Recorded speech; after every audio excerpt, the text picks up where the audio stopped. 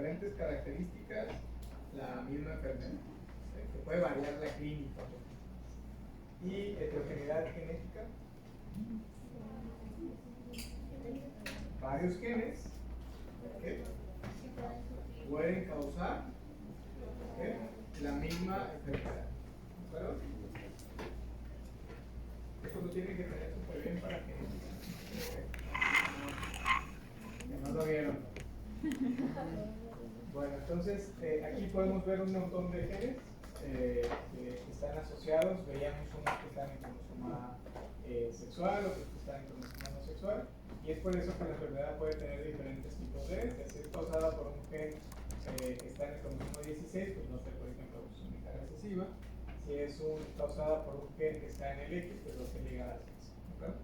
Y hablábamos como esta enfermedad, si bien puede ser causada por diferentes genes, hay algunos genes que casi siempre son responsables de la enfermedad. Por ejemplo, FANA, quedamos que aportaba casi el 66% de todos los casos, y sería el primero por donde tendríamos que buscar. Ya veíamos algunas características clínicas, veíamos la predisposición a tumores, que es principalmente lo que nos preocupa en estas enfermedades, y bueno, nos habíamos quedado ahí. La siguiente enfermedad es esta, se llama ataxia telangiectasia. El propio nombre dice pues, cuáles son las características de esta enfermedad. Ataxia, creamos que son movimientos involuntarios, es una marcha, pareciera que están como borrachos, es una marcha desbalanceada, la ataxia. Y telangiectasias son formación de capilares nuevos, son estas arañitas que no necesariamente están en el globo ocular, pueden estar en cualquier otro sitio, pero son neoformaciones de capilares, de vasos sanguíneos. ¿Okay? Entonces, esas son las dos principales manifestaciones de esta enfermedad. Sin embargo, ustedes pueden ver que hay varias más.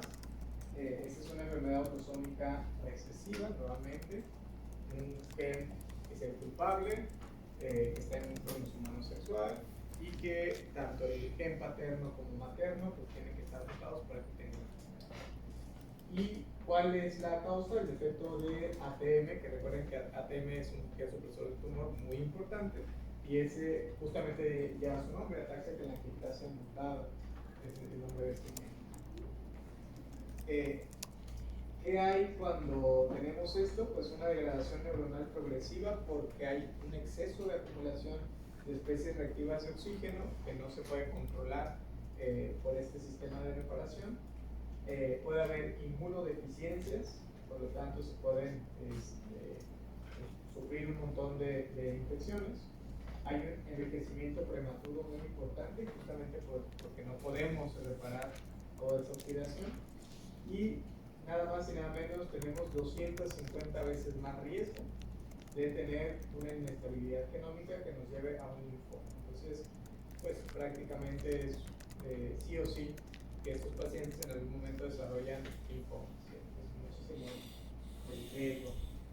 Y bueno, pueden tener también hipogonadismo, entre algunas otras características. Aquí podemos ver metástasis oculares, en labios, auricular. ¿Dudas con esto? Dijo que no se va y que cargaban con Ataxia. ataxia. ¿Qué significa esto, chicos? 11Q22 Q23. El brazo del cromosoma. El locus. ¿Sí? ¿Qué es un locus? Es una posición sí, en un cromosoma donde se localiza un gen. ¿De acuerdo? ¿Esto qué significa? Que está en el cromosoma 11. ¿Qué significa? Que está en el brazo largo. Y esto de 2,2 es banda y subbanda. ¿De acuerdo? Región y banda. Región 2, banda 2. Y se extiende hasta la región 2 y 3. Esto lo van a ver bastante bien en genética, pero es una localización dentro de un cromosoma. Bueno, eso lo... Bueno, otro es seroderma pigmentoso. Este vean también es autosómica recesivo y hay varios genes que codifican para esta enfermedad que puede ser XBA, XB, C, D, E, F, G. ¿Sí? Desde la A hasta la G. Son varios genes. Eso significa que esta enfermedad también tiene heterogeneidad genética. ¿Verdad? Y hay una variante adicional que es XV, que también apenas se descubre. ¿Por qué se caracteriza esa enfermedad? Envejecimiento prematuro, lesiones oculares muy importantes, trastornos neurológicos y los mecanismos implicados es el sistema nervioso que está defectuoso. Bueno, tienen una excesiva sensibilidad a radiación. Esto hace que el principal tipo de cáncer que ellos tienen es el cáncer de piel. ¿De acuerdo? Tienen muchísima susceptibilidad a cáncer de piel. Y ustedes pueden ver aquí algunas de las manifestaciones más importantes. Se ve incluso hasta que están quemados de esa hipersensibilidad que pueden tener al sol. Y bueno, ya pueden ver algunos tumorcitos incluso, tumorzotes también en la piel. ¿Dudas con esto? Bueno.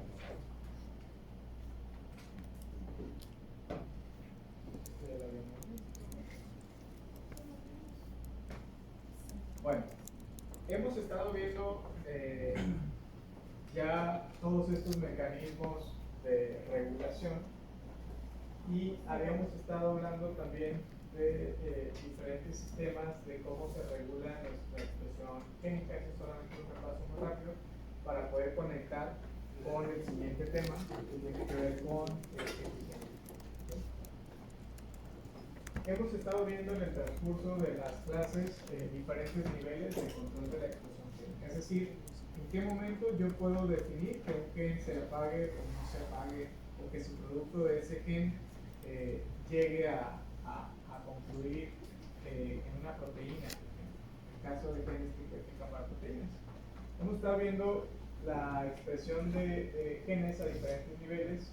La primera es a nivel pretranscripcional, después transcripcional, procesamiento del mensajero, transportes, producción, degradación, etc. Por ejemplo, a nivel pretranscripcional, recordemos cómo se puede regular un gen. Lo primero es a través del empaquetamiento. ¿Se acuerdan? Decíamos, si un gen está condensado, pues no se va a poder expresar, ¿de acuerdo? Entonces, mediante el empaquetamiento, yo puedo hacer que un gen se exprese o no se exprese. Ese es un primer nivel de regulación de la expresión y ese se llama nivel pretranscripción, ¿de acuerdo? ¿Cómo podemos jugar con esto? Pues ustedes ya saben muy bien, las metilaciones de histonas, acetylaciones, fosforilaciones, todas las marcas en las cuales las histonas que yo pueda poner pueden hacer que se relaje o se compacte la cromatina y por lo tanto que se exprese o no se exprese. ¿De acuerdo? El siguiente nivel de regulación pretranscripcional, recordemos que era directamente a través de la metilación del ADN. Si yo tengo un promotor de un gen altamente metilado, es un gen que va a estar como silenciado, ¿de acuerdo? La metilación directa de los genes, no de las histonas, que las histonas también se asocian con silenciamiento, pero este es directamente en promotores de genes, específicamente qué bases se metilan, ¿se acuerdan? ¿Cuál de las 4 bases nitrogenadas se metilan? Guanina o citosina. Guanina. ¿Sí, no? Guanina. No, sí. No. Dijeron todas y menos la que citosina. Ah. Citosina es la única que se metila. Tomen todo. Recuerden que las siglas CPG se metilan y las que se metilan son las citosinas. Eso es crucial. Citosinas se metilan. Las siglas CPG, donde las citosinas están metiladas, son marcas de silenciamiento de genes. ¿Okay?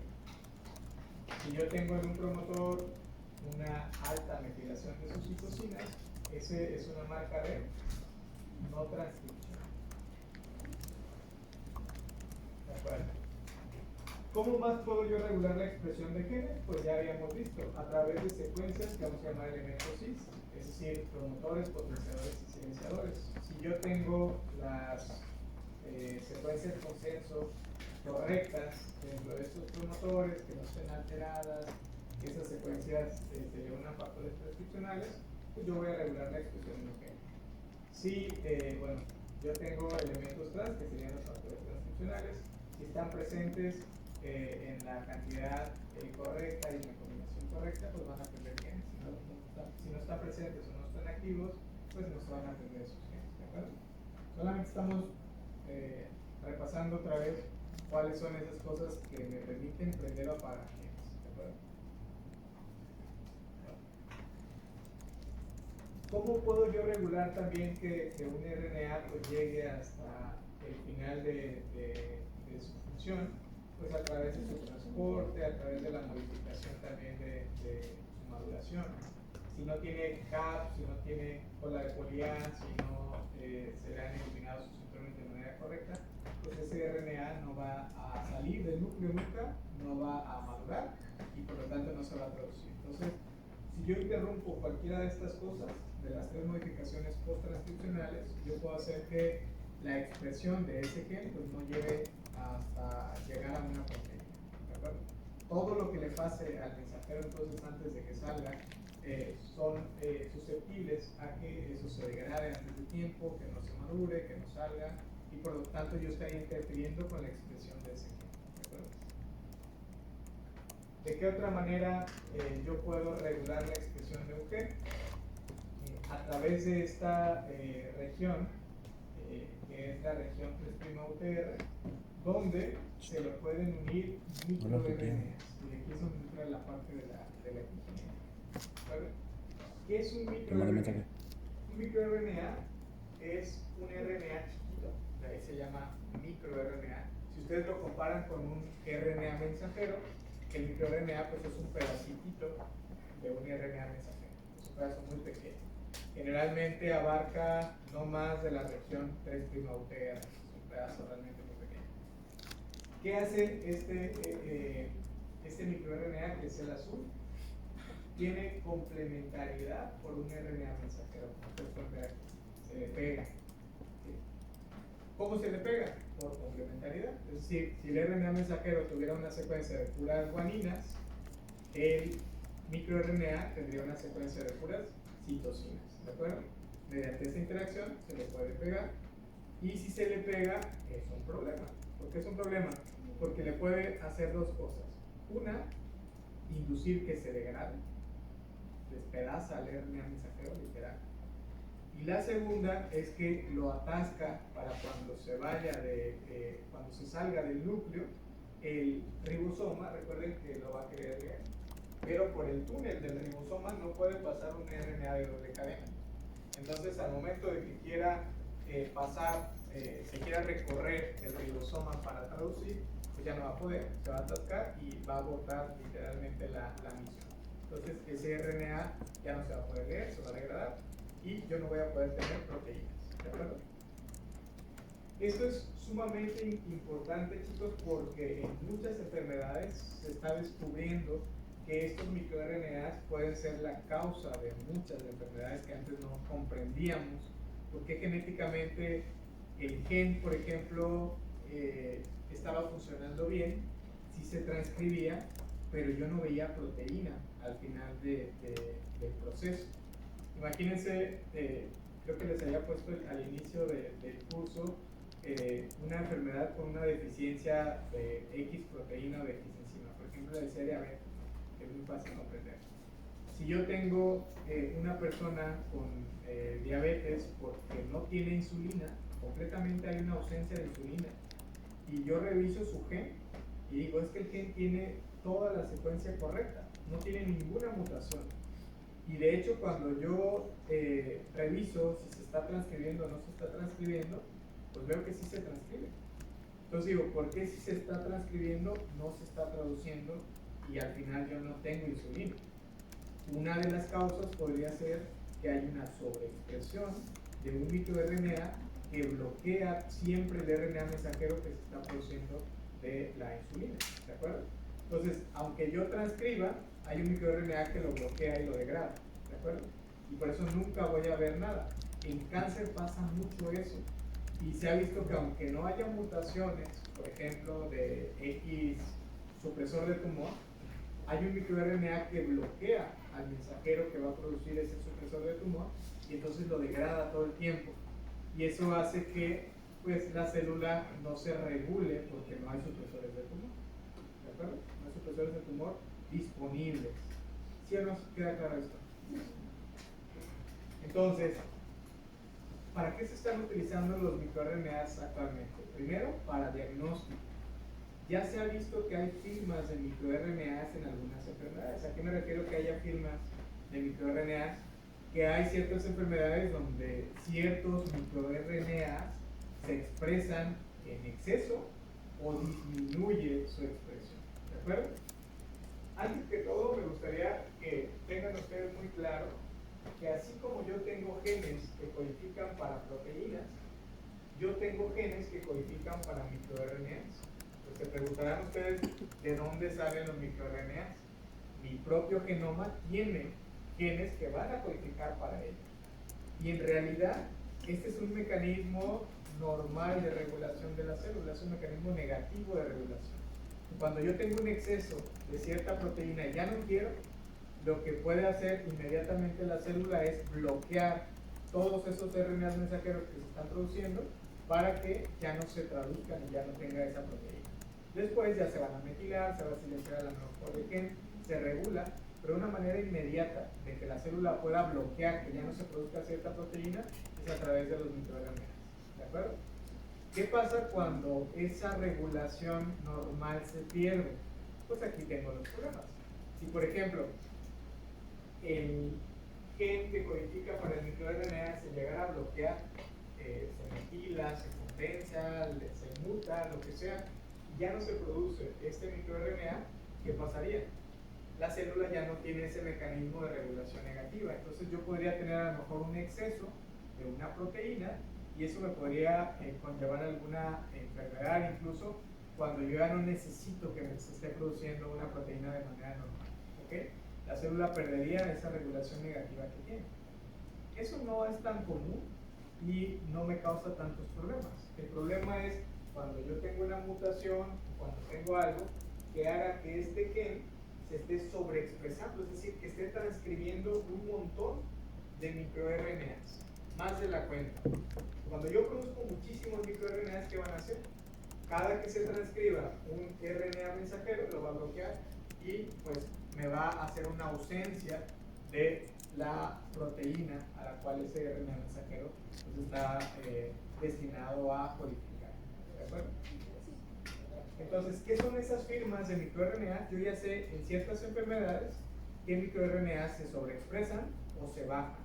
De hecho, hay un equipo que salió hace como unos 2 años en Japón, donde pueden a través de microRNAs en sangre saber si una persona tiene cáncer y qué tipo de cáncer tiene, que es algo también sumamente interesante. ¿De acuerdo? Ya se ha visto que cada tipo de cáncer tiene firmas de microRNAs. Entonces, dicen, ok, está sobreexpresado tal, es muy probable que tenga ese tipo de cáncer. ¿De acuerdo? Y esto es muy interesante y muy bueno porque complementa los diagnósticos habituales. Ustedes saben que hay ciertos antígenos, hay ciertas proteínas que yo puedo medir en una persona y yo puedo decir, ok, tienes una alta probabilidad de que tengas cáncer, o que tengas un tumor, o que tengas algo, pero esos antígenos son inespecíficos y no me dicen dónde tengo ese cáncer. ¿De acuerdo? Entonces, o de qué tipo de cáncer yo tengo. Entonces, el plus de la biología molecular y de estos microRNAs es que además de que me dicen, ok, estás en riesgo de tener cáncer o tienes por ahí algún tumor en crecimiento, te dice dónde, o al menos de qué tipo es. ¿Sí me explico?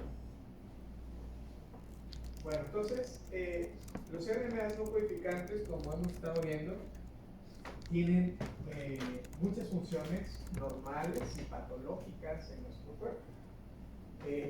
¿De dónde nacen estos RNAs no codificantes? Ya les había platicado un poquito.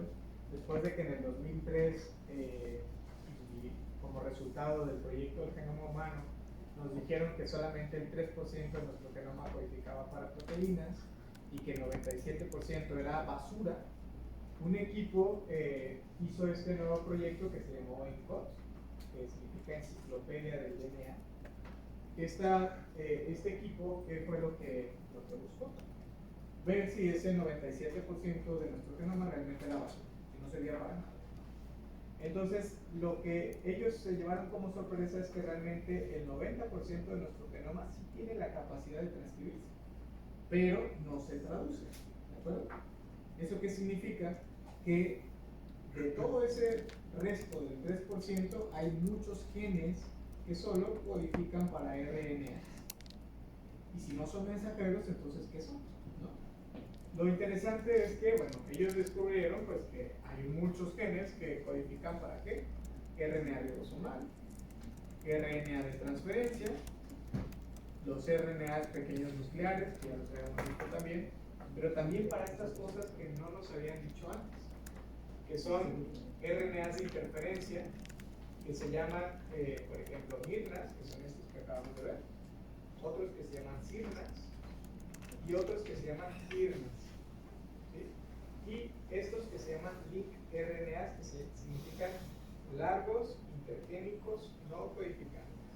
¿Okay? Largos intergénicos no codificantes. RNAs largos intergénicos no codificantes. Más de 300 nucleótidos a varios miles de tamaño. Son RNAs muy largos, de ahí el nombre. Y estos de aquí son RNAs pequeños. Ustedes pueden ver. Mi RNAs es microRNAs, 19 a 25 nucleótidos. SIRNAs son RNAs, ese viene de short, es RNAs pequeños, 21 a 22 nucleótidos. Y PIRNAs son de 24 a 29 nucleótidos. PIRNAs significa RNAs asociados a PIWI. Son proteínas que se llaman PIWI, P-I-W-I. Estas proteínas PIWI son los que lo ayudan a hacer sus funciones, a madurar y a localizar lo que tiene que bloquear. ¿De acuerdo? Son diferentes tipos de PIWI con W, P-I-W-I. Kiwi, pero ¿dudas con esto, chicos? ¿Reconocen algunos?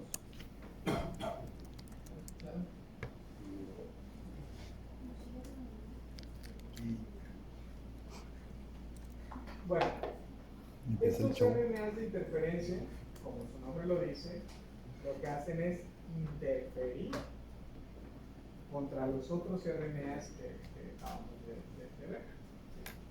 Estos RNAs de interferencia empiezan a tener su boom en 1998 con Andrew Fire, quien se le ocurrió crear un RNA que se llamaba antisentido. Es decir, si yo tengo un RNA mensajero, decía, ¿qué pasa si al RNA mensajero lo pongo en contacto con una secuencia complementaria? A ese le llamó RNA antisentido. Él estaba estudiando embriones de este nemátodo que se llama C. elegans, que a propósito es el que secuenciaron y tenemos exactamente los mismos números de genes que este nemátodo humano. Y él lo que hizo fue, cuando el embrión se estaba formando, agregó RNAs antisentidos, y esos RNAs antisentidos prácticamente hicieron que se detuviera el proceso de embriogénesis en este nemátodo. ¿Qué RNA antisentido diseñó? Unos que bloqueaban a proteínas que eran importantes para el desarrollo embrionario. Entonces, con esto, lo que él ve es que se puede bloquear RNAs a través de RNAs antisentidos. Es una técnica que de hecho actualmente está vigente, en el cual nosotros podemos bloquear a propósito un RNA mensajero mediante un RNA antisentido. Cuando él describe esto, pues lo publica en la revista Nature en el 98, pues empezaron a haber conjeturas sobre a las células no se le habrá ocurrido tener este mecanismo de regulación. Entonces empiezan a ver si hay secuencias antisentido normales en una célula y se dieron cuenta que prácticamente para cualquier RNA mensajero habría una molécula antisentido. De ahí es cuando empieza el boom a estudiar qué eran esas cosas, cómo funcionaban, y bueno, se describen todas esas moléculas que acabamos de ver, ¿de acuerdo? Aquí ustedes pueden ver algunas características de los RNAs de interferencia. Tenemos mirnas, sirnas y pirnas, más o menos cómo funcionan, dónde funcionan, ¿de acuerdo? Por ejemplo, los mirnas se han descrito bastante bien en plantas, en animales, los sirnas en plantas y en animales, en mamíferos también ya se describieron muy pocos, pero se han descrito. Los pirnas específicamente en animales, ¿de acuerdo? ¿Cuáles son algunas de las diferencias de estos tres? Principalmente, por ejemplo, los mirnas son de cadena simple, es decir, de una sola cadena. Los sirnas son de dos cadenas. Los pirnas también son de cadenas sencillas. Entonces, aquí la primera diferencia es sirnas doble y los otros dos de cadena sencilla. El tamaño ya lo vimos, difiere muy poquito. 25 nucleótidos, 21 22, 24 22. La unión, esto es importante. Los mirnas, vean, dice que no se unen exactamente a la secuencia, y es decir, que un mirna puede dirigirse a cientos de RNAs mensajeros. Eso es sumamente interesante. ¿Qué significa que la unión no es exacta? Que, por ejemplo, si hay un nucleótido por ahí que no coincide, ese mirna aún se pudiera pegar, ¿de acuerdo? Y además, los mirnas se pueden pegar a diferentes RNAs mensajeros, ¿sí? A diferentes secuencias. La unión, en el caso de los sirnas, es 100% específica, es decir, no se pueden unir más que a un solo gen. Y los pirnas también tienen esa especificidad, 100%. La biogénesis, ¿qué significa? ¿De dónde salen esas secuencias? En mirnas, ya les dije, hay genes de mirnas, ¿sí? Yo tengo genes para producir microRNAs, o también, recuerden, de intrones. ¿Se acuerdan que les decía que a veces algunos intrones se pueden, en vez de que se degraden, se maduran y se convierten en un microRNA? Esto es reciente, no se sabía hasta hace poco. Eso se llama miltrones, de hecho. Los sirnas pueden nacer de retrotransposones, ya vimos estas secuencias que se repiten mucho. Los pirnas también de transposones. ¿Cuáles son sus mecanismos de acción? Los mirnas inhiben la producción del RNA mensajero, ¿cómo? Atascándolo o degradándolo. Los sirnas solamente degradan y los pirnas bloquean la movilidad de transposones. Esta es la principal diferencia de los pirnas. Los pirnas van a bloquear a los transposones, especialmente a los retrotransposones, para que no anden caminando y moviéndose ahí a la hora que quieran dentro de nuestro canal. ¿De acuerdo? Y bueno, la función ya la vimos. Reguladores son inhibidores, todos son inhibidores. Degradan o silencian dependiendo de su función. ¿Hasta aquí tenemos alguna duda de esto? ¿No? ¿Todo bien? Bueno, muy rápidamente me gustaría que vieran cómo es que se producen los microRNAs, porque tienen estos una producción diferente a lo que ya habíamos visto en transcripción, por eso no los pongo en transcripción. Pero bueno, ya que tiene transcripción, pues ahora sigue el siguiente proceso. Después de que se transcriben estos RNAs, ¿cómo se transcriben? Como RNAs largos. ¿Sí? Es un RNA largo. Este RNA largo tiene secuencias complementarias. ¿Sí? Lo que hacen es, se doblan. Y se genera esto que se llama pre-microRNA. ¿Sí observan? Todo esto es un solo RNA que se dobla y se complementa. ¿Sí? Es un RNA que pareciera que es de doble cadena, pero es una sola cadena, nada más doblada. ¿Sí? Eso se llama pre-microRNA, que significa microRNA primario. ¿Sí? En cuanto se transcribe, se dobla y listo. Tenemos un microRNA primario. Este microRNA primario va a ser reconocido por esta enzima que se llama drosha. Y drosha lo que hace es le corta un primer pedacito a este microRNA primario. ¿Sí?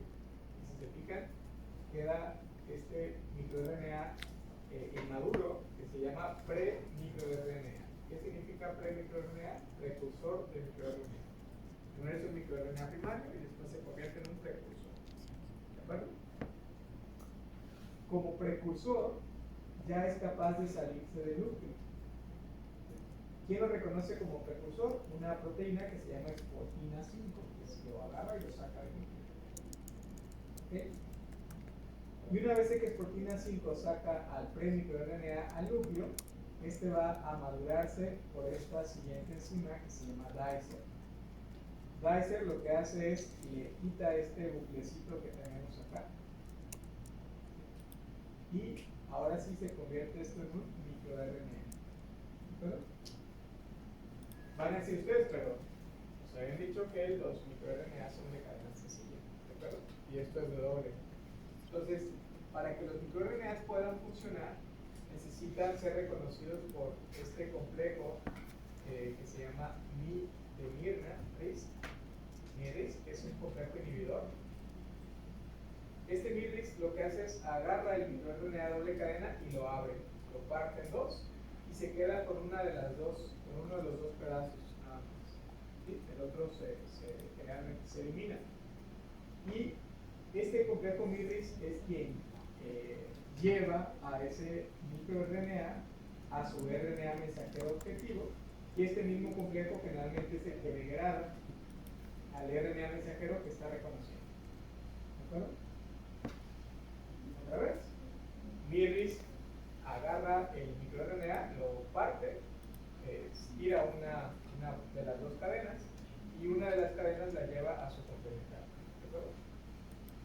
Se une a su complementario y este mismo complejo puede hacer pedazos al RNA mensajero al que se le está pegando o atasca al ribosoma en su defecto.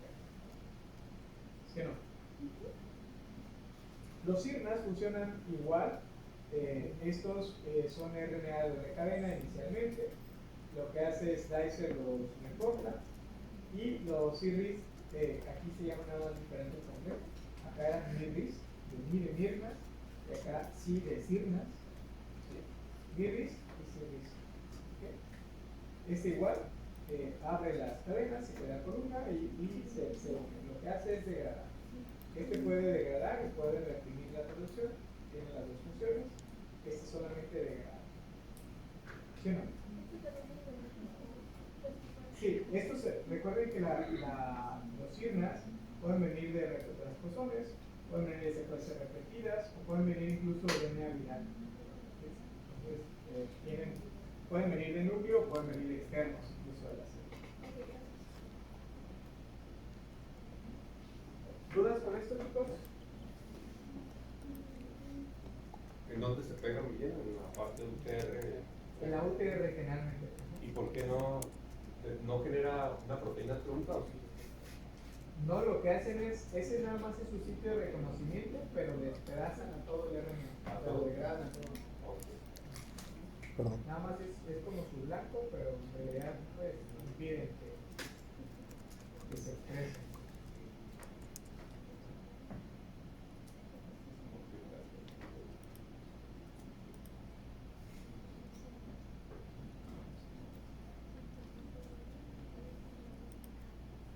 Ya les voy a poner un video. Vean esto.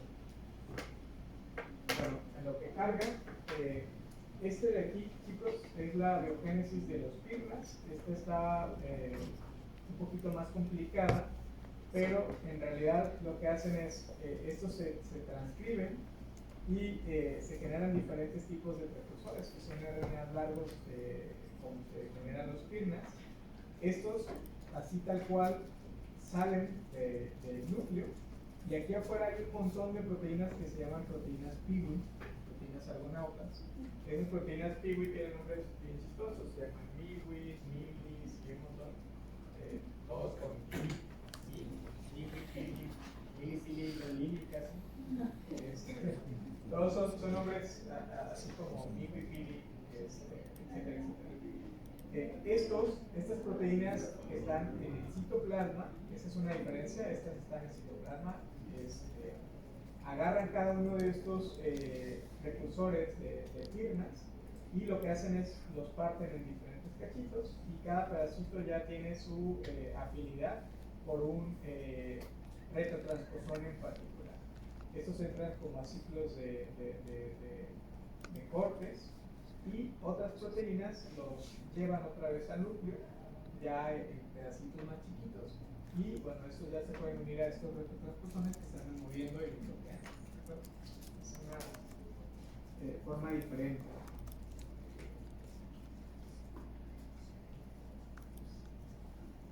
Este video sí está No mames.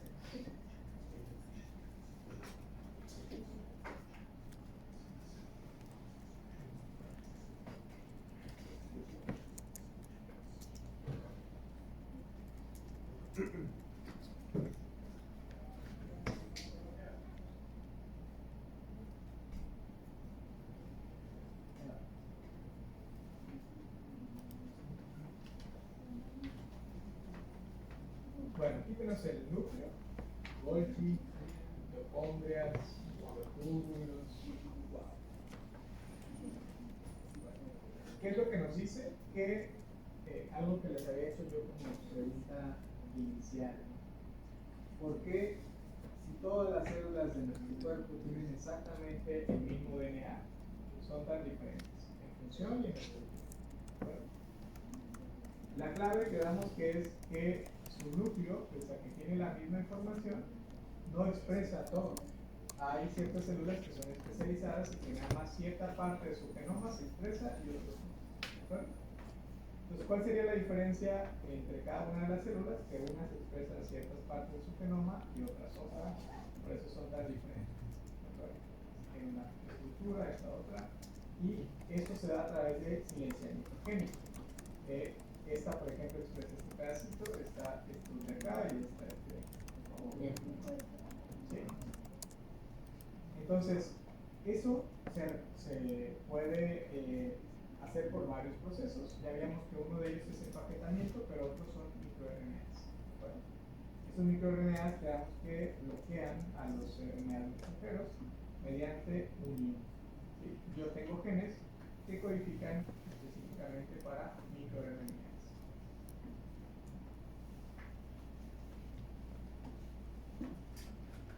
En humanos hay un montón de enfermedades, como ya les decía, cáncer, enfermedades cardíacas, un montón, que actualmente se están asociando a un exceso de microRNAs. Vamos a crear el núcleo, por favor.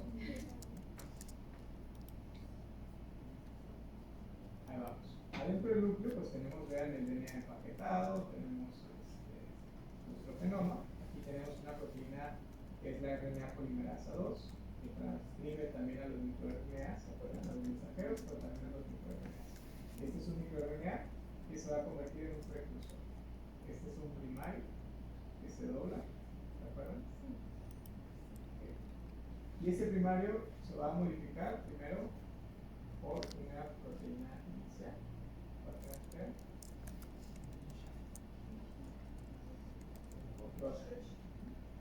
Lo que hace Rocha es le corta un primer pedacito y eso se convierte en un precursor. ¿Okay? Este precursor de ahí que sigue a salir del núcleo por una exportina, ¿verdad? Por nuclear.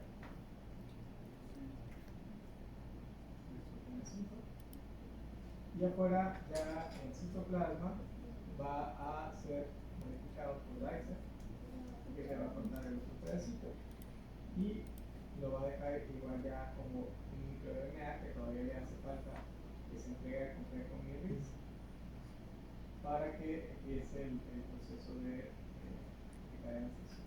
Bueno, este complejo RIS se llama, vamos a ver,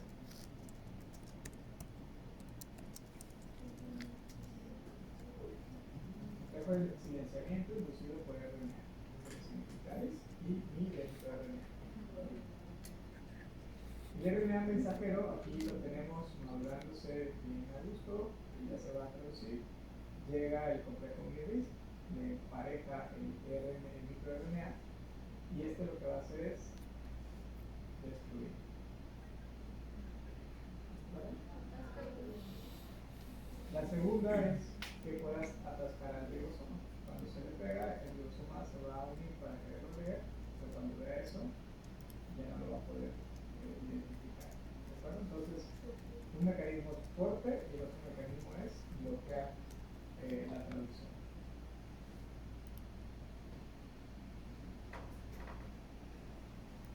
Esto más o menos da un panorama de todos los microRNAs que desconocemos y el pedacito de lo que conocemos está asociado con todas estas enfermedades.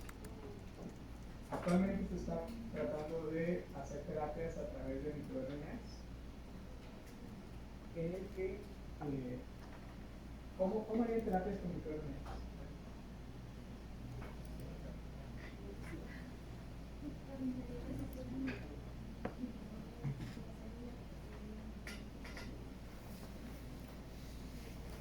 ¿Qué harían ustedes con un microRNA para terapia?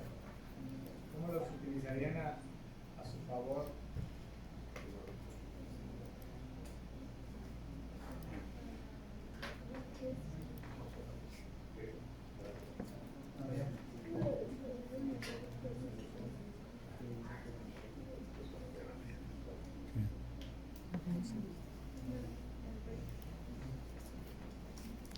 No, de loco.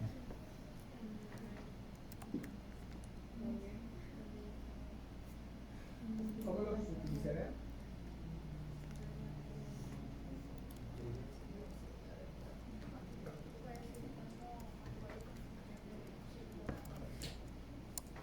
O sea, ustedes agarrarían un microRNA y ¿qué harían? ¿Cómo lo usan? Evitando transcripción, pero por ejemplo, ¿de qué genes o cómo se utilizarían? ¿Cómo creen que se están utilizando? Para las mutaciones. ¿Okay? Bloquear algunos RNAs de genes que puedan tener alguna mutación, podría ser. ¿Qué más? Hay enfermedades por exceso de proteínas, Hay enfermedades que producen proteínas. entonces pues activarlas, ¿no? Para que, o sea, sobreexpresarlas para que ataquen las proteínas que están sobreproduciendo. ¿Okay? ¿No? Sí. ¿Qué más?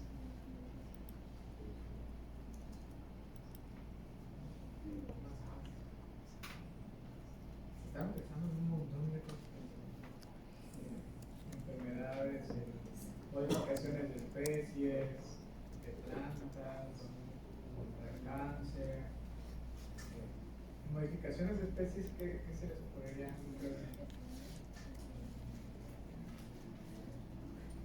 Pues algunas proteínas son estructurales, entonces podemos como modificar el fenotipo de las especies. Ok, podrían modificar. Por ejemplo, un perro, un gato, un animal, le podrían bloquear ciertas proteínas, ¿no? Por ejemplo, que no tenga una cola, o orejas más cortas, o ciertas características. Si tú le bloqueas la cantidad de ciertas proteínas, podrías jugar con eso. Incluso eliminar colores en plantas, muchas cosas se están utilizando con esto. Bueno, los últimos que no hemos visto tienen que ver con los largos intergénicos no codificantes. El mejor ejemplo de los largos intergénicos no codificantes es este RNA que se llama XIST. Este es el que inactiva el cromosoma X de las mujeres. Cuando una célula de una mujer se divide, tiene los dos cromosomas X activos. Entonces, en ese momento tiene que inactivarse uno de los dos. ¿Cómo se inactiva? El gen que está prendido, uno de los que se tiene que inactivar, expresa a este largo intergénico no codificante que se llama GIS. Ese GIS es complementario al propio cromosoma de RNA, al propio cromosoma, perdón, de X, y este no bloquea a RNAs, bloquea a cromosomas completos. En este caso, los largos intergénicos, se estaría pegando al cromosoma X, lo enrolla, y una vez de que lo enrolla, atrae a una maquinaria de metilación, que lo que hace es hipermetilar todo el cromosoma X, y de esta manera lo silencia, lo compacta tanto que se convierte en un corpúsculo de Bach, como lo llamamos. ¿Listo? Bueno, hay muchas aplicaciones, estas son algunas nada más, por ejemplo, de diferentes tipos de aplicaciones. Se está tratando, por ejemplo, de utilizarlos para degradar RNAs virales, como el caso del VIH. Lo que se hace es, bueno, se inyectan estos microRNAs y lo que buscan es tratar de, pues, cada vez que el virus exprese un RNA mensajero para X función, este microRNA lo bloquea. ¿De acuerdo? Entonces evita la replicación viral. Algo que también están utilizando es para interferir con genes que son defectuosos. Hay algunas enfermedades como fibrosis quística. Fibrosis quística es muy particular porque hay más de 1500 mutaciones diferentes de la fibrosis quística en el mismo gen. Entonces, de esas mutaciones, hay algunas que hacen que la proteína no se produzca y hay otras que hacen que la proteína sí se produzca pero que no funcione. En este tipo de enfermedades, como la fibrosis quística, es más dañino que produzcas una proteína defectuosa a que no la produjeras. ¿Verdad? Entonces, lo que se busca es, con los microRNAs, bloquear específicamente los RNAs mensajeros defectuosos que sí me van a permitir producir una proteína, pero que no sirven. ¿De acuerdo? Entonces, mediante esta manera, no curan la fibrosis quística, pero hacen que el fenotipo sea menos agresivo, porque eliminan por completo los RNAs mensajeros, que van a producir una proteína defectuosa. ¿De acuerdo? También, bueno, esto tiene que ver con lo mismo, degrada RNAs mutantes y las modificaciones de especies de animales y vegetales. Por ejemplo, estas plantas, estas variantes, las pueden crear con microRNAs. Lo que hacen es bloquear el RNA mensajero que codifica para el color de la flor y, bueno, pueden incluso hacer, pues, una especie de albinismo en esas partes. ¿Sí? Bueno, ¿se expresa? Va a depender. Digo, si es por ejemplo una enzima o algo, a veces lo que hace es pues no llevar a cabo toda su función, a lo mejor la hace a medias. Pero en el caso de fibrosis quística es una proteína que se pega a la membrana y que es como una bomba de sodio, potasio, que lo que trata es como de expulsar, pero no hace su función.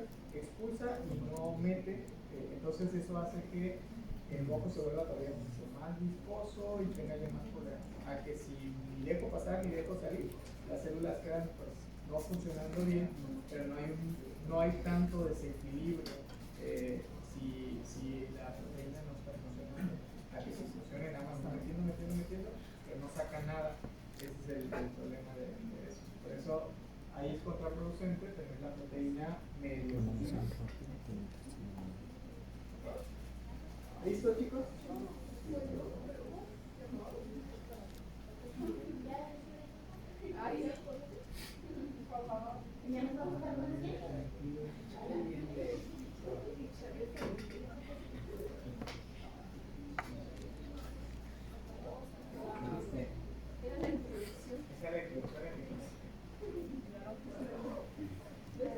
El sistema está muy bonito. Prometo que les va a gustar. Bueno, epigenética es una subdisciplina de la genética que nos ha permitido comprender muchas cosas que no comprendíamos solamente con la genética. Antes éramos como muy cuadrados los genetistas y pensábamos que todo tenía que ver con la secuencia de nuestro genoma. Entonces decíamos, esto porque seguramente tienes alguna mutación, tienes algo que te está causando X cosa, ¿no? Pero nos empezamos a dar cuenta que hay enfermedades que, si tú analizas genéticamente a los individuos, tienen exactamente los mismos nucleótidos uno con otro, pero uno sí tiene la enfermedad y el otro no. El mejor estudio de estos ha sido los estudios en gemelos, que ya van a ver en genética, que me sirven mucho para saber cuando una enfermedad es de origen genético y cuando es más de origen ambiental. ¿Sí? Los gemelos monocigóticos son el mejor ejemplo para poder saber qué tanto peso tienen los genes sobre una enfermedad. ¿Por qué? Porque se supone que genéticamente son idénticos. Los gemelos monocigóticos son clones literal en cuanto a sus nucleótidos, no tienen variaciones. Entonces, ¿cómo yo me podría explicar que un gemelo tiene cáncer y el otro no? Que un gemelo es obeso y el otro no, que un gemelo, no sé, cualquier enfermedad que ustedes quieran, que sea discordante, un gemelo con otro. En genética hay una fórmula donde nosotros podemos calcular, por ejemplo, analizamos 100 gemelos, de esos 100 gemelos vemos discordancias y concordancias, hacemos unas fórmulas y con base en eso yo te puedo sacar la heredabilidad de una enfermedad, ¿de acuerdo? Si recuerdan, yo les había comentado al inicio de la clase que hay enfermedades que son completamente hereditarias y hay enfermedades que no. Y que la heredabilidad es un concepto que a veces se malentiende, ¿sí? Heredabilidad significa el porcentaje de culpa que tienen los genes para una enfermedad, ¿de acuerdo? Si yo hablo, por ejemplo, de una condroplasia, les decía, son personas enanitas, como les llamamos. La causa de la condroplasia, ¿qué es? Que no comieron bien, que no durmieron bien, que no les dieron chiquitín, que, etcétera, etcétera. ¿No? ¿De acuerdo? ¿Cuál es la causa? Un gen mutado, ¿cierto? Entonces, ¿qué heredabilidad tiene esa enfermedad? El 100%, ¿de acuerdo? ¿Por qué? Porque su causa es 100% genética. Yo no tengo ahí problemas con eso.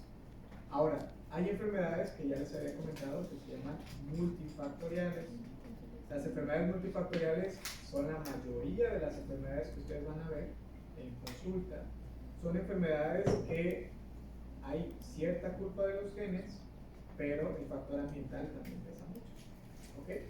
Y la heredabilidad es un abanico. Hay enfermedades que si ustedes ponen en la balanza, ¿qué pesa más? ¿El factor genético o el factor ambiental? Se van a ir hacia un lado o hacia otro. ¿De acuerdo? Por ejemplo, el cáncer tiene un alto porcentaje de heredabilidad en ciertos tipos de cáncer, donde yo sé que la causa principal fue algo genético, pero desencadenado por algo ambiental. ¿De acuerdo? Y hay cánceres, por ejemplo, que la heredabilidad puede ser de un 70 a un 80%. ¿Eso qué significa? Que el 70-80% de la causa del cáncer fue de origen genético, pero necesitó un 20-30% de un factor ambiental para que sucediera la enfermedad. ¿De acuerdo? Diabetes, por ejemplo, también tiene un cierto tipo de heredabilidad. Enfermedades autoinmunes como la artritis reumatoide, por ejemplo, la heredabilidad es de un 60-70%. ¿Qué significa? Que hay una alta probabilidad de que la causa haya sido de origen genético más su factor ambiental. ¿De acuerdo? Y hay enfermedades donde a lo mejor el componente genético pudo ser un 10% y el 90% fue completamente ambiental. ¿De acuerdo? Y hay enfermedades entonces que son poligénicas, que son multifactoriales, en donde entra la alimentación, las hormonas, un montón de cosas. ¿De acuerdo? Entonces, por eso es importante tener como todo el contexto, porque con base en eso yo también sé qué tanto puedo heredar o no puedo heredar una susceptibilidad a una enfermedad. O puedo heredar o no puedo heredar la enfermedad, que son cosas diferentes. Yo puedo heredar susceptibilidad y puedo heredar la enfermedad. ¿Sí o no? Si yo tengo condroplasia y le heredo el gen a mi hijo, yo le estoy heredando la enfermedad, porque le estoy heredando el gen que sí o sí le va a causar una enfermedad. Pero si yo tengo un polimorfismo que hace que a lo mejor produzca 90% de la insulina que debería de producir, no produce el 100%, yo le estoy dando una susceptibilidad a mi hijo, ¿de acuerdo? Pero eso no va a ser la causa de su diabetes. Con un 90% de funcionalidad de su insulina, podría pasar toda su vida siendo normal si se cuida, si tiene una buena alimentación, bla, bla, bla, ¿de acuerdo? Pero si a esa susceptibilidad yo le sumo un estilo de vida muy malo, pues ahí se da el tiro de gracia. ¿De acuerdo? Bien, entonces, la epigenética se define como el estudio de los cambios heredables en la expresión de genes que no se deben a modificaciones en la secuencia de ADN. Antes de traducir esa definición, es importante que entendamos qué significa epigenética. La palabra epigenética viene de epi, que significa sobre, y genética, pues los genes, la herencia y todo lo demás. Entonces, la palabra literalmente significa sobre los genes. ¿Por qué sobre los genes? Porque los cambios que vamos a hacer epigenéticos van a ser sobre los genes. Yo no voy a modificar ni un solo nucleótido de un gen. Y aún así, yo puedo decidir si se prende o no se prende ese gen. ¿De acuerdo? Que es diferente a lo que hemos estado acostumbrados a ver en la clase, en todo lo que hemos visto en la clase anterior. ¿Cómo podemos regular nosotros eso? Pues ya vimos hace un ratito. Si yo cambio las histonas y les pongo ciertos grupos funcionales, yo puedo hacer que ese gen se condense y de esa manera yo lo apago. ¿Le cambié los nucleótidos a ese gen que apagué? No.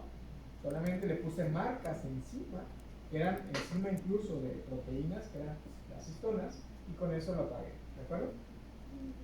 ¿De qué otra manera yo puedo poner estas marcas? A través de los grupos metilo en las islas CPG.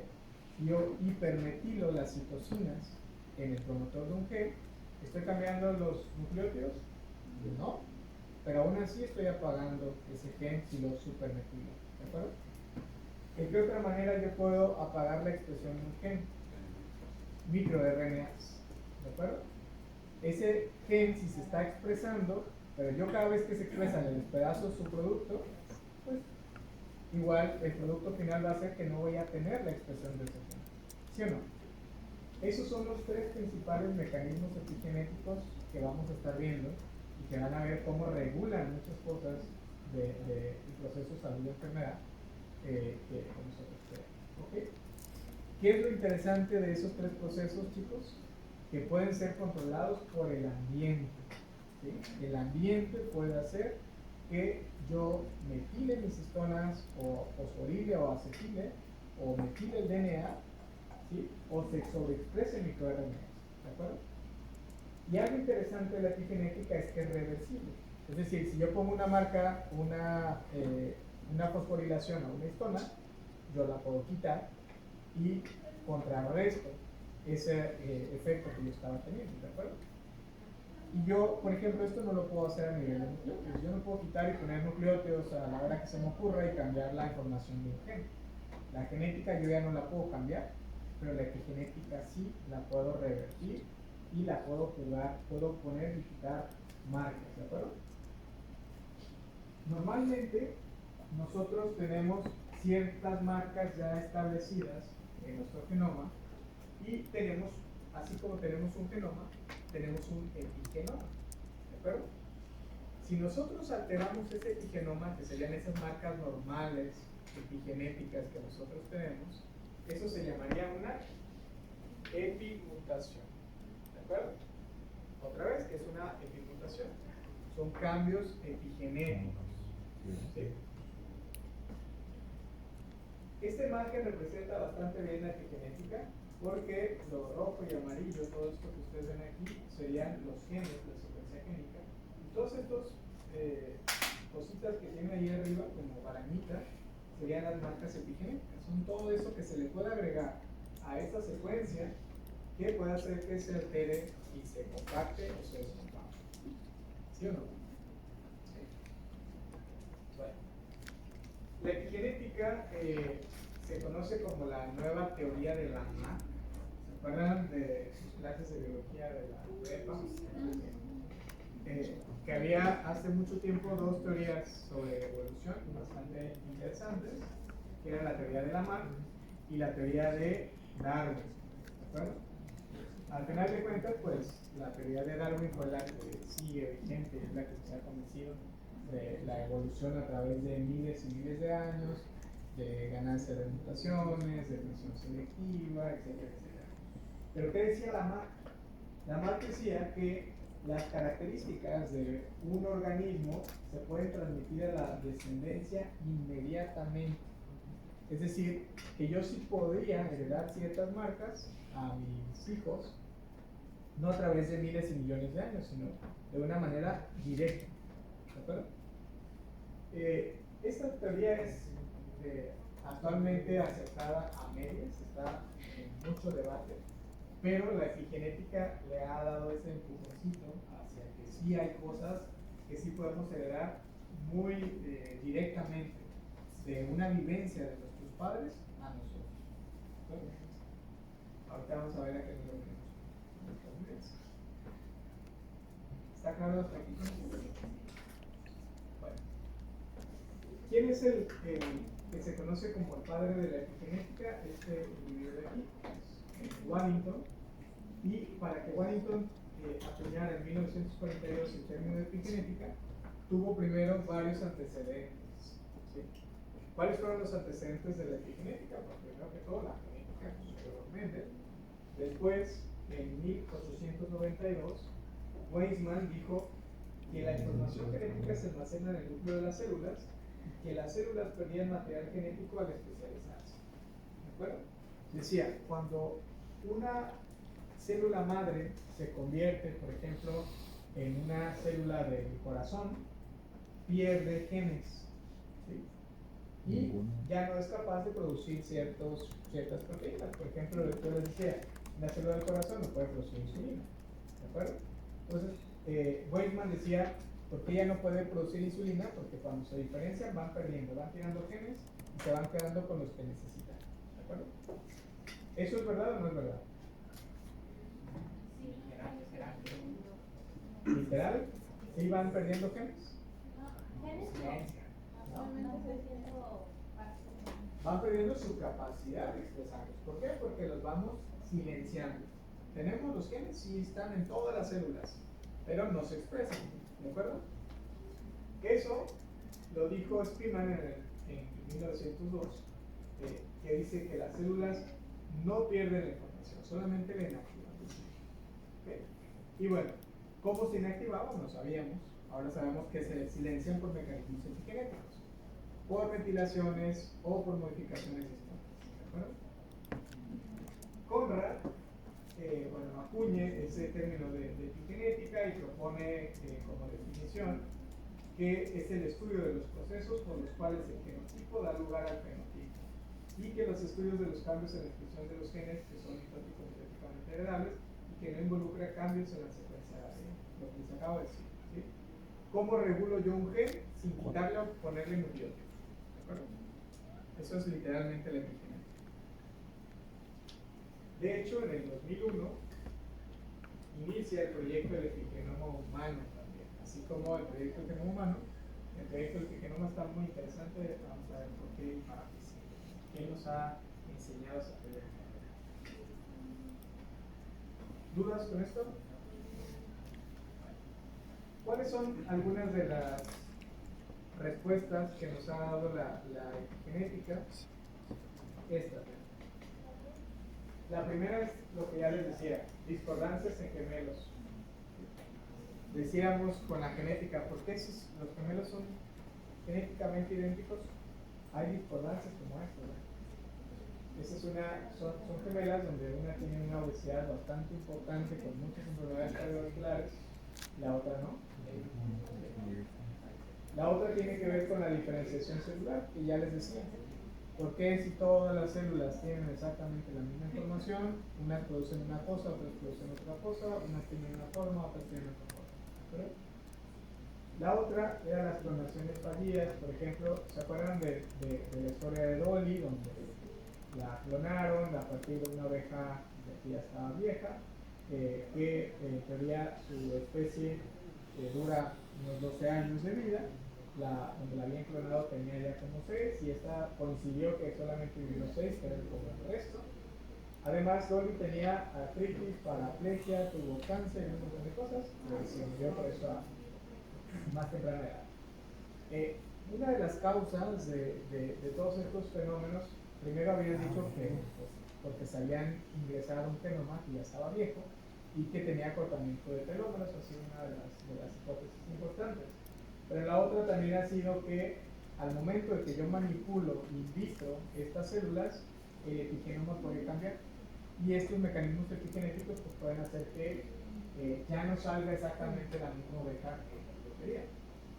De hecho, hace poco hubo una controversia bastante interesante en Estados Unidos con algunas empresas que se dedicaban a clonar animales. ¿Alguien llegó a ver algunas de estas enfermedades?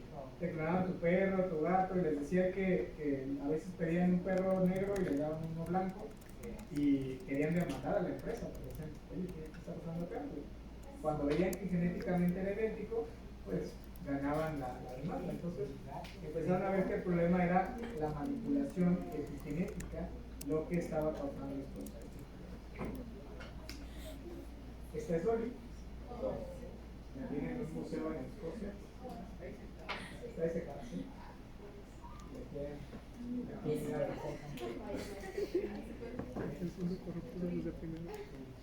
Bueno, algo también sumamente interesante, chicos, de la epigenética ha sido este estudio en el 2013, donde siempre nos habíamos preguntado por qué si los humanos y los chimpancés, por ejemplo, compartimos el 98.8% de nuestro genoma. Físicamente sí tenemos mucho parecido, pero aparentemente intelectualmente no tenemos cambios. ¿De acuerdo? Los humanos se supone que somos más inteligentes.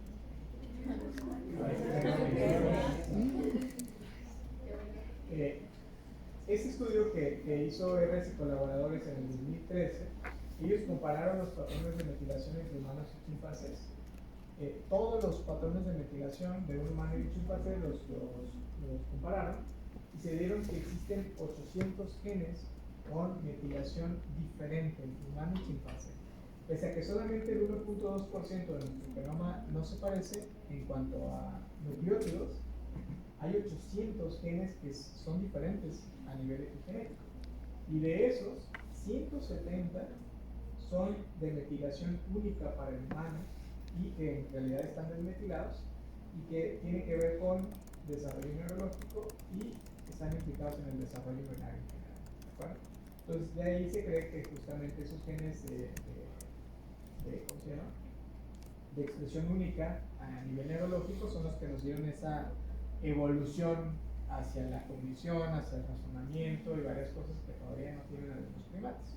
De aquí es donde se han inventado estas películas de que hacen más inteligentes a los monos, metilándole y con virus les cambian no sé qué tanta cosa, porque a raíz de este estudio empezaron a especular muchas cosas. Por ejemplo, es decir, ¿y qué pasa si copio esos patrones de metilación en los chimpancés? ¿Los podría ser igual de inteligentes que los humanos? Puede ser. No sé si los han hecho todavía, ¿no? Pero al menos no lo han reportado. ¿Hasta aquí vamos bien? Algo súper interesante de la epigenética también es el envejecimiento. ¿Sí? ¿Por qué tenemos tantos cambios a nivel pues, diferentes etapas de la vida? Por ejemplo, cambios hormonales, enfermedades del adulto, enfermedades del adolescente, enfermedades del niño y bueno, cambios físicos en general. ¿Sí?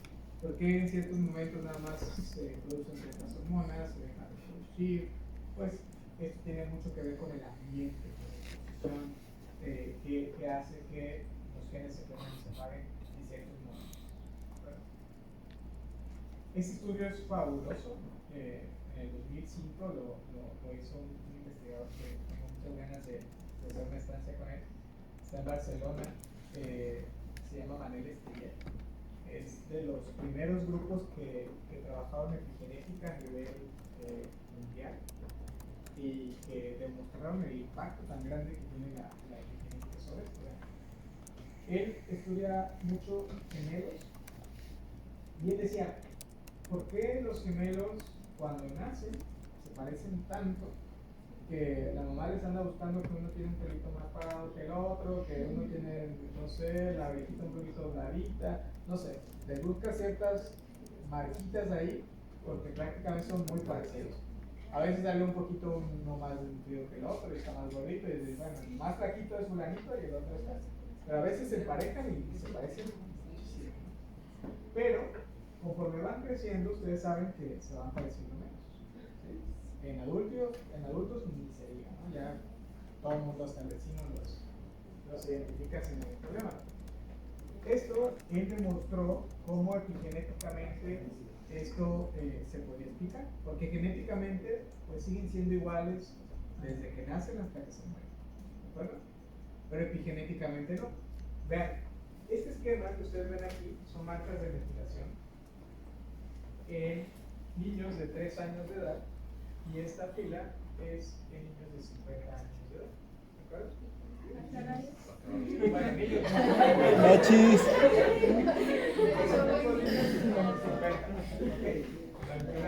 Este es el cromosoma 1, el 3, el 12 y el 17.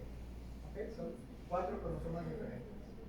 Aquí estudiaron 16 niños, 17, 19, 20, aquí 21, 18, 18, 19 adultos. ¿Okay? Entonces, ¿qué significan todas estas cosas? Todo esto que ustedes ven aquí son cromosomas, ¿sí? Cada uno de los cromosomas. ¿Cómo funciona este estudio? Es una hibridación genómica comparativa de marcas epigenéticas. Lo que hacen es agarrar anticuerpos, que son proteínas, y que ustedes saben que los anticuerpos buscan ciertas regiones y son específicos para ciertos lugares. Entonces, lo que diseñan son anticuerpos que puedan reconocer sitios del genoma que están metilados. Esos anticuerpos van dirigidos contra lugares metilados, y esos anticuerpos los marcan con un fluorocromo, que es una marca que brilla cuando tú la estimulas con algo. Entonces, para un gemelo, cuando tienen los pares, hacen un anticuerpo que el genoma de un gemelo lo detecte ese anticuerpo y que tenga, por ejemplo, un color verde, un fluorocromo verde. Para el otro gemelo, hacen el mismo anticuerpo, pero la marca la ponen ahora de color rojo. ¿De acuerdo? Entonces, en teoría, todas las marcas epigenéticas de esta gemela la van a pintar de rojo, y de la otra gemela la pintan de verde. ¿Sí me van siguiendo? Cuando yo ya tengo pintados los dos cromosomas, hay un software que solapa la imagen, ¿sí? Al momento que la solapa, ¿qué pasa? El rojo y el verde se combinan y me da un color amarillo. ¿De acuerdo? Donde hay un color amarillo significa que las marcas epigenéticas son iguales en un gemelo y en otro, y que bueno, no gana más la fluorescencia que otro. ¿De acuerdo? Donde resalta más la roja o resalta más la verde es porque en un gemelo o no había, o había muy poquita marca de un color, y el otro la enmascara. ¿De acuerdo? Entonces, vean ahora los cromosomas a los 3 años de los padres de gemelos. ¿Dónde ven marcas amarillas? Un montón. No se diga, por ejemplo, cromosoma 17, ¿no? Casi es completamente amarillo. Ahora vean dónde hay amarillo en los gemelos a los 50 años de edad. ¿Sí? ¿Esto por qué? Porque cada gemelo se expone a diferentes cosas, vive diferentes cosas, y bueno, ya cada quien hizo su vida, y el factor ambiental es bien diferente entre cada uno de los gemelos. Aquí es donde la discordancia entra, y por eso hay ciertos genes que pueden estar más apagados o más prendidos en un gemelo que otro, y por lo tanto tienen susceptibilidades a una cosa u otra. ¿Sí está claro eso? Sí.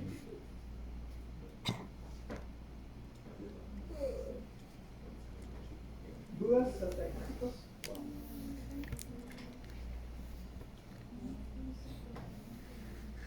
¿Está bien? Bueno, ¿en qué otras cosas la epigenética tiene mucha importancia? Ya habíamos platicado algunas. Tiene activación del cromosoma X. ¿Cuál mecanismo epigenético creamos que aplica aquí?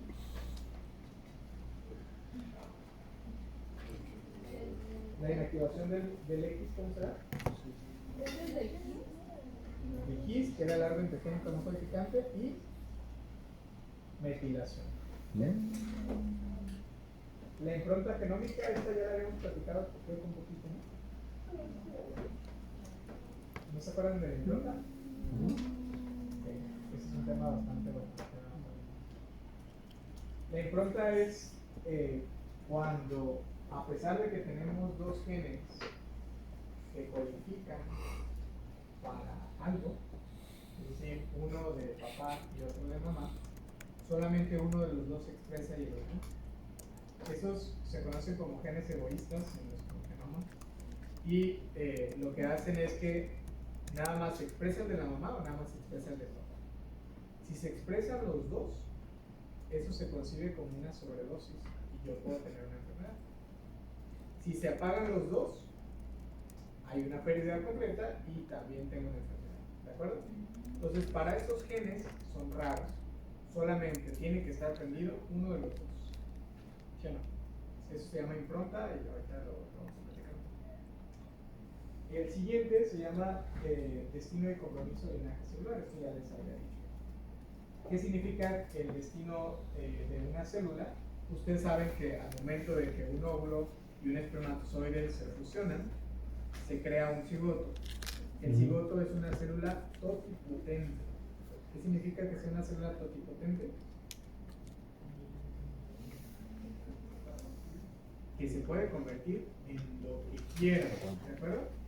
En todas las células habidas y por haber de nuestro genoma, se puede convertir esa célula madre totipotente, ¿de acuerdo? Esa célula madre totipotente, ustedes saben que en las primeras divisiones de ese embrioncito, una mórula al inicio, lo primero que se tiene que hacer es se parte en dos, después en cuatro, después en seis, así sucesivamente, ¿de acuerdo? Esa que se parte en dos, ¿sí? Ya no van a ser madres pluripotentes, ¿de acuerdo? Al momento de que se parten y se hace, por ejemplo, 4, cada una de esas se puede convertir en una capa ¿de qué? Embrionaria, ¿de acuerdo? Y esas capas embrionarias, ustedes saben que se pueden convertir en todo un montón de células, pero nada más en un tipo de células en particular. El ectodermo, el mesodermo y todo eso que ya vieron bastante bien. ¿Ustedes en dónde lo ven? ¿En el embrión? Ok. Entonces, esas células que se pueden convertir en las demás, ¿qué son? Son células totipotentes, ya no. Son células pluripotentes. ¿Qué significa? Se pueden convertir en muchos tipos de células, pero nada más en un linaje en particular. ¿De acuerdo? ¿Cómo se convirtió una célula madre totipotente a una pluripotente? Es la pregunta. Esa es el destino. ¿Cómo una célula se convierte en otra en particular, más especializada? La toti es completamente indiferenciada y no está comprometida con nada. ¿De acuerdo? La pluripotente sigue siendo una célula madre, pero ya está comprometida con un linaje en particular. ¿De acuerdo? ¿Cómo se convirtió de una a otra? ¿Qué le pasó? De acuerdo a lo que hemos visto. Apagando ciertos genes. ¿Okay? Conforme se va diferenciando, va apagando ciertos genes. ¿Sí o no?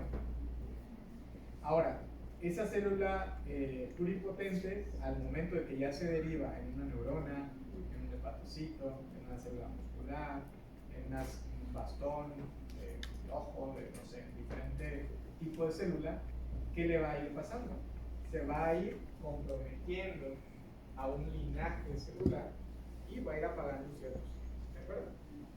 Entonces, el compromiso, el destino de una célula depende de esos cambios epigenéticos que va a ir teniendo.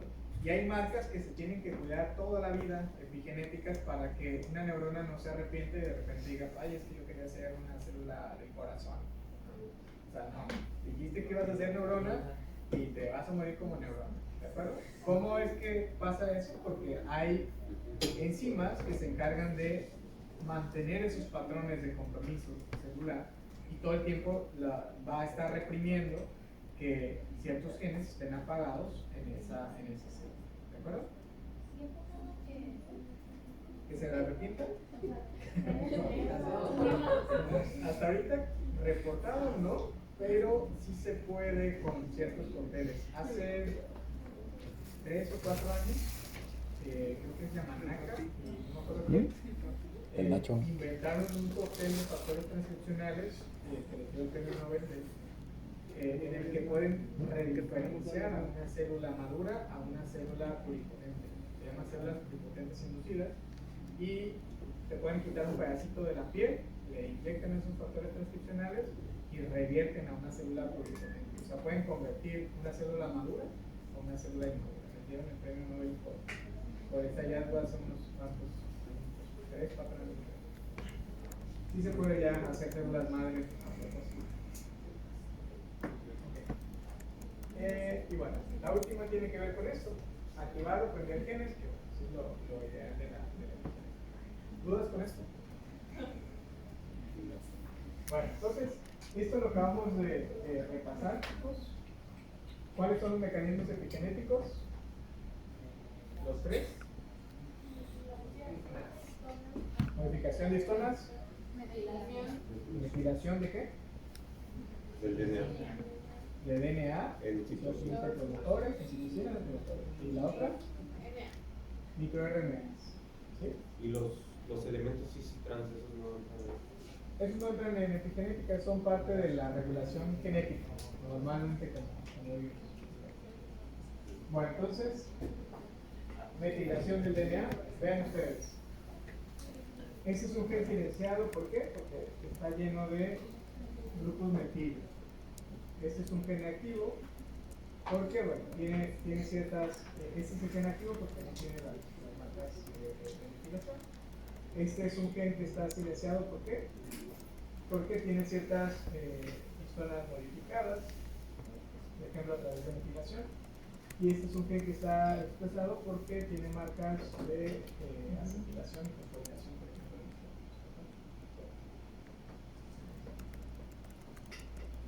¿Cuáles son las marcas de histonas más comunes? Acetilación, ya la vimos. Metilación, ya la vimos. Ubiquitinización, esta no la hemos visto, pero también entra dentro de las marcas. Sumulación y fosforilación. Pero ven, tenemos alrededor de 130 diferentes modificaciones químicas en histonas. Son un montón. Eso es de lo más complicado en epigenética y se llaman código de histonas. Todas esas marquitas que tendríamos que saber en qué cantidad, en qué lugar, en qué proporción, para poder adivinar más o menos si esa cromatina está reprimiendo o activando una cierta zona. ¿De acuerdo? Por ejemplo, las metilaciones, quedamos que son marcas generalmente que silencian, porque opacan. Y las acetilaciones generalmente son marcas que abren y por lo tanto expresan. ¿Sí? Vean, esto de aquí es parte del proyecto de epigenoma humano. Se ve muy apantallador, pero es más fácil de ver lo que parece. Aquí, por ejemplo, tengo un gen activo y aquí tengo el mismo gen silenciado. Y vean cómo hay ciertas marcas en ciertas partes del gen que cambian cuando está en un lado o en otro.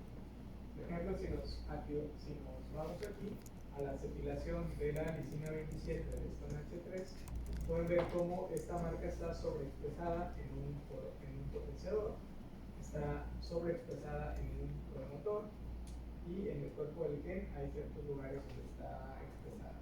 Si nosotros comparamos esta misma marca en este gen que está silenciado, ustedes ven que se perdió. ¿Se ve? Es el mismo gen en un estado activo y en un estado de silenciamiento. ¿Esto qué me puede servir a mí en la clínica, chicos? Yo puedo comparar estos patrones de metilación en un estado de salud enfermedad. Les decía, yo puedo agarrar un pedacito de una mama sana y un pedacito de una mama con cáncer. Analizo sus perfiles de expresión y hago, por ejemplo, cómo está la mama sana y cómo está la mama con cáncer. ¿De acuerdo? Cuando yo comparo sus dos patrones de expresión, yo puedo saber qué pasó en la célula cancerosa o qué está pasando en esa célula cancerosa. Pues yo puedo decir, tiene ciertas marcas en tales genes y por lo tanto ese gen está prendido o está apagado. ¿De acuerdo? Pues yo puedo hacer terapias específicas contra esa enfermedad. ¿Por qué? Porque yo ya sé qué le falta o qué le sobra a esa célula que está enferma, que tiene cáncer, por ejemplo, una célula cancerosa. ¿Sí me explico? Entonces, todos los nuevos tratamientos que ustedes van a ir utilizando y algunos van a ir descontinuando, otros nuevos van a ir seleccionando, son por este tipo de estudios. ¿Sí?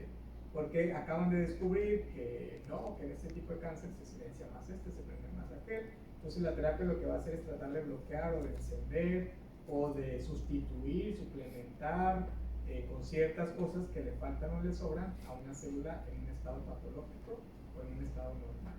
¿De acuerdo? Esas se llaman terapias blanco y es a donde apunta actualmente el cáncer. Estamos tratando de ver exactamente qué es lo que tiene esa célula y sobre eso vamos.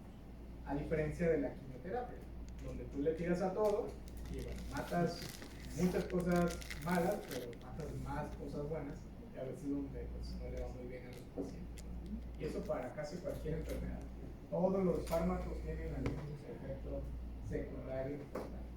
Ahí es donde entra el costo-beneficio. Dice, bueno, le hace más beneficio que lo va a matar, pero de que le hace algo también le está afectando. ¿Dudas con esto, chicos? No. Bueno, vamos a dejar la clase aquí porque necesito que estén atentos con esta otra parte.